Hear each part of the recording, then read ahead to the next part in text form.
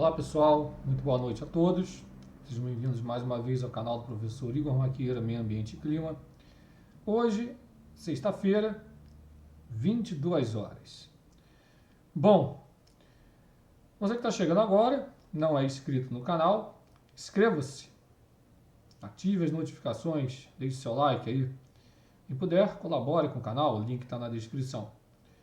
Hoje abordando um assunto de cunho biológico, bastante interessante, bastante relevante, que é a respeito disso aqui. O mosquito transgênico pode ser a peça-chave no combate às arboviroses, né? Mas o que é uma arbovirose, né? Em primeiro lugar, todo mundo já ouviu falar em arbovirose, que são doenças infecciosas transmitidas justamente por insetos ou até aracnídeos. Mas vamos ficar aqui nos insetinhos, vamos dizer assim. São muito comuns em regiões de clima tropical e subtropical, tem mais ou menos 150 tipos de arbovírus que podem gerar doenças em seres humanos. E para o Hangout aqui o que importa é a parte de dengue, a zika e a febre chamada febre chikungunya, além da febre amarela, é claro, que voltou a preocupar os brasileiros recentemente. Então esses vírus causadores dessas doenças estão circulando ao mesmo tempo no Brasil, transmitido por um mesmo vetor, que vai ser transmitido pelo mosquito do gênero Aedes, né, o Aedes aegypti, e por isso o controle dessas doenças é um desafio para a saúde pública, do qual todos têm que contribuir. Tem algumas diferençazinhas de aparição no Brasil. Deixa eu voltar aqui. A aparição do dengue se dá mais ou menos no século XIX, do Zika mais ou menos em 2015 e do chikungunya em 2014. O que acontece? O dengue, os principais sintomas, eu vou colocar também que eu já apresentei vários vídeos a respeito do dengue, né? O certo é do dengue, por incrível que possa parecer. Eu vou colocar na descrição também a série para vocês que não assistiram aí, né? Assistirem e dar uma força aí pro canal. Mas os principais sintomas são a febre alta, dor de cabeça, dores no corpo, articulação, fraquezas, dores atrás dos olhos, manchas vermelhas na pele, que são chamadas de petequias, às vezes dá uma coceira. Pode haver ainda perda de peso, vômito na forma grave, dor abdominal, sangramento de mucosas. E a transmissão, principalmente pela picada do mosquito, que todos sabem, né? Mas há registros também da transmissão vertical. O que é chamada transmissão vertical? Da gestante para o bebê, tá certo? E por transfusão de sangue, são chamadas transmissão vertical. A zika é parecido. Dor de cabeça, febre baixa, às vezes ausente, dores leves nas articulações, manchas vermelhas na pele, com coceira intensa, vermelhidão nos olhos. Eventualmente pode ocasionar um inchaço no corpo, dor de garganta, tosse e vômito. Também é transmitido por ele, pelo Aedes aegypti, mas há registros também de transmissão vertical, gestante bebê, e por transfusões de sangue. A chikungunya, em 2014, mais ou menos, febre alta e abrupta, com intensas dores nas articulações, principalmente nos pés, nas mãos, além de dedos, tornozelos, pulsos. Pode ocorrer ainda dor de cabeça, dores em músculos, manchas vermelhas na pele, com uma coceira intensa. Aí já entra a transmissão pela picada do Aedes aegypti e pelo Aedes albopictus, tá certo? O nome arbovirose é justamente arbovírus, porque é um vírus essencialmente transmitido por artrópodes, como os mosquitos, por exemplo. Esse termo arbovírus justamente deriva da expressão inglesa Arthropod Borne Virals, adotada em 1942 para designar um grupo de infecções virais cujos agentes foram isolados de animais que tinham participação na etiologia de encefalites, tá certo? Então foi uma pesquisa da FAPESP, que eu reproduzo nesse exato momento algumas imagens, tá certo?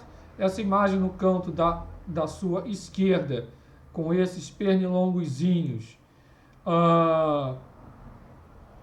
justamente essa imagem, ela descreve os mosquitos que estão com uma marcação e os mosquitos que estão sem essa marcação. E o que vai acontecer aí? Esses mosquitos aqui, ó, que estão com essa marcaçãozinha aqui, tá certo? O que vem a ser isso? Ora, esses machos com espermatozoides defeituosos, criados por esses pesquisadores da USP, eles podem ser utilizados para reduzir a população do Aedes aegypti e participar de estratégias integradas para controle de epidemias de dengue, chikungunya, zika e febre amarela. Tá certo? Então a imagem aí demonstra o Aedes aegypti estéreis ou com espermatozoides defeituosos. Então se usa a técnica de fluorescência, tá certo? Ou chamado de biofluorescência, que é a indicação da inserção da construção SCC, que resulta em mosquitos estéreis. Então a esquerda sem a fluorescência corresponde aos mosquitos normais, os chamados selvagens, e as linhagens que foram obtidas, né, a fluorescência justamente aqui no canto da direita. Ora, então vamos explicar isso daí mais a fundo, para todo mundo entender. Então, ao lado de desenvolvimento de vacinas, tem também essa produção de mosquitos geneticamente modificados para se tornar, vamos dizer assim, armas mais eficientes para enfrentar dengue, chikungunya, zika e a febre amarela. Então, o que acontece? Esses machos transgênicos de Aedes aegypti, dotados de espermatozoides defeituosos, foram criados no Instituto de Ciências Biomédicas da Universidade de São Paulo, o ICB da USP, podendo ser produzidos numa escala piloto ao longo desse ano, tá certo? Ao longo desse ano. Esses machos transgênicos, eles vão procurar fêmeas selvagens onde quer que elas se encontrem, inclusive em locais inacessíveis à ação humana. Devido ao defeito introduzido em seus espermatozoides, os ovos resultantes da cópula, ou seja, na hora deles, vou ser bem vulgar aqui para todo mundo entender, né? Quando eu falo os ovos resultantes da cópula, ou seja, os ovos resultantes depois deles transarem, são inviáveis, tá? E isso contribui para a diminuição da população do Aedes aegypti. E isso de acordo com a professora do ICB, a senhora Margarete Capurro, e principal responsável pelo desenvolvimento desse mosquito modificado por transgenia. Eles são geneticamente modificados. Então, a pesquisadora ressalva também que o Aedes aegypti transgênico não deve ser entendido como estratégia exclusiva de combate, tá certo? Mas como parte de um controle integrado. Muito bacana esse estudo, eu dou os parabéns, que é uma coisa extremamente viável. Estou reproduzindo aqui o que está no site da agência FAPESP.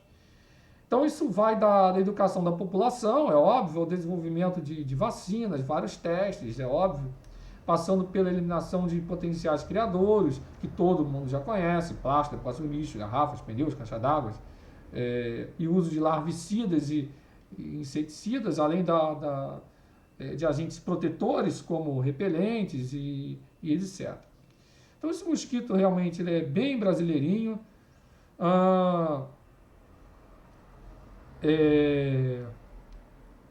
para todo mundo entender. Quando digo que ele é bem brasileirinho, porque o produto, né? Esse mosquito ele é produto brasileiro.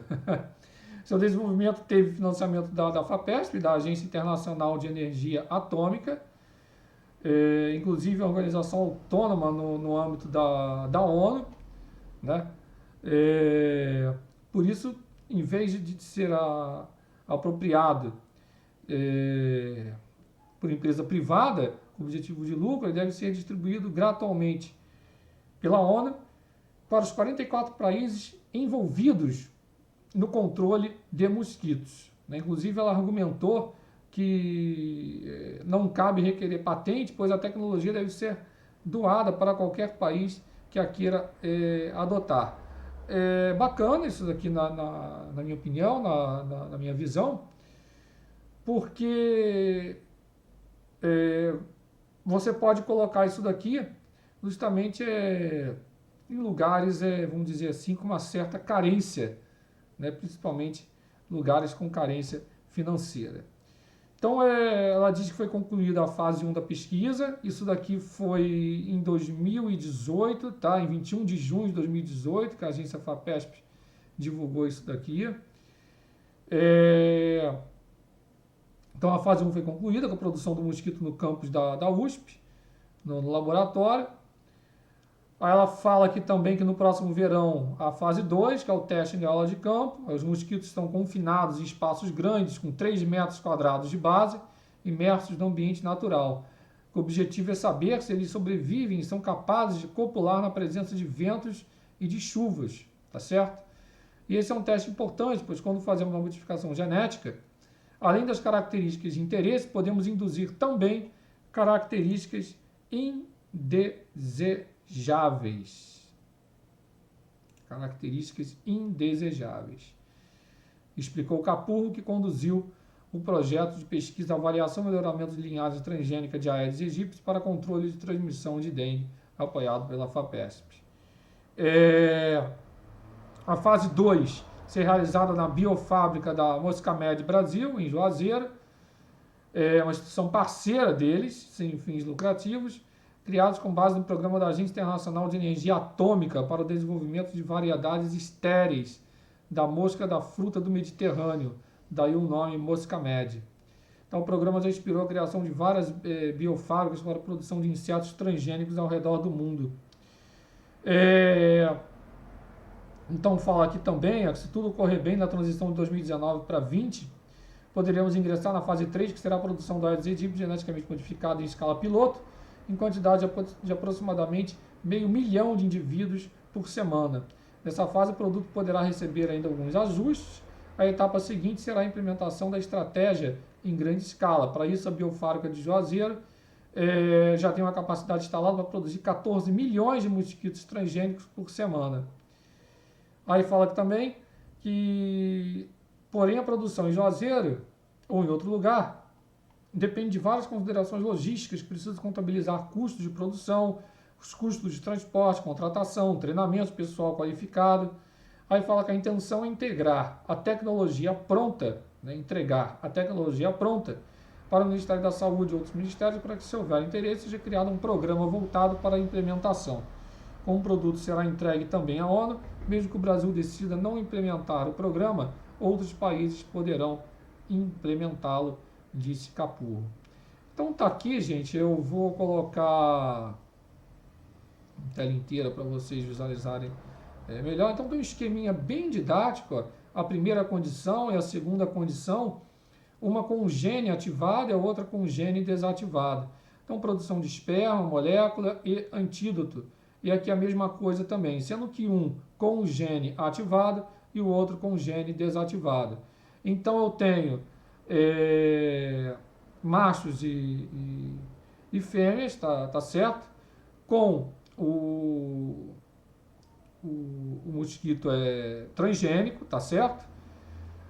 Liberação selvagem, ou seja, aqui está justamente descrevendo o que eu acabei de falar. Ocorre uma cópula, ou seja, eles transam, e com o gene ativado, ovos inférteis.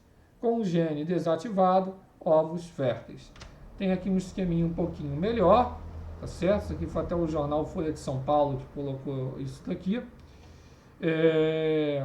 Aí chama de arma genética, né? Pesquisadores introduzem no mosquito um gene com a receita para a produção de uma proteína que mata seus descendentes ainda na fase de larva. Os embriões são cultivados em laboratório. Os insetos transgênicos são identificados por um marcador fluorescente. Os machos são isolados para ser soltos na natureza e procriar com as fêmeas que habitam a região. Os filhotes que resultam do cruzamento não sobrevivem, né? Chamados justamente chamados justamente de ovos férteis e inférteis, tá certo? Então são várias tecnologias, biotecnologias, melhor dizendo, aplicadas aí. Eu vou colocar o link da agência FAPESP. Meus parabéns aí ao pessoal envolvido, tá certo? Lembrando que isso não é um método de controle principal, isso eu ia falar de qualquer maneira, mas a pesquisadora envolvida, ela fala isso claramente, né, enfaticamente, ela toca nesse ponto, e isso tudo é muito bacana, foi muito legal, e eu tinha que compartilhar justamente essa informação dessa área da biotecnologia, que mais uma vez está ao nosso lado, tá certo? Então é isso aí, ciência realmente é tudo, essa é a boa, verdadeira e velha ciência. Parabéns aos envolvidos, e eu fico por aqui. Não deixe de se inscrever no canal. Um forte abraço a todos. Não deixe de assistir também, né? Assista aí os outros vídeos da série a respeito de dengue. Eu vou colocar na descrição. Forte abraço. Muito boa noite a todos. Tchau.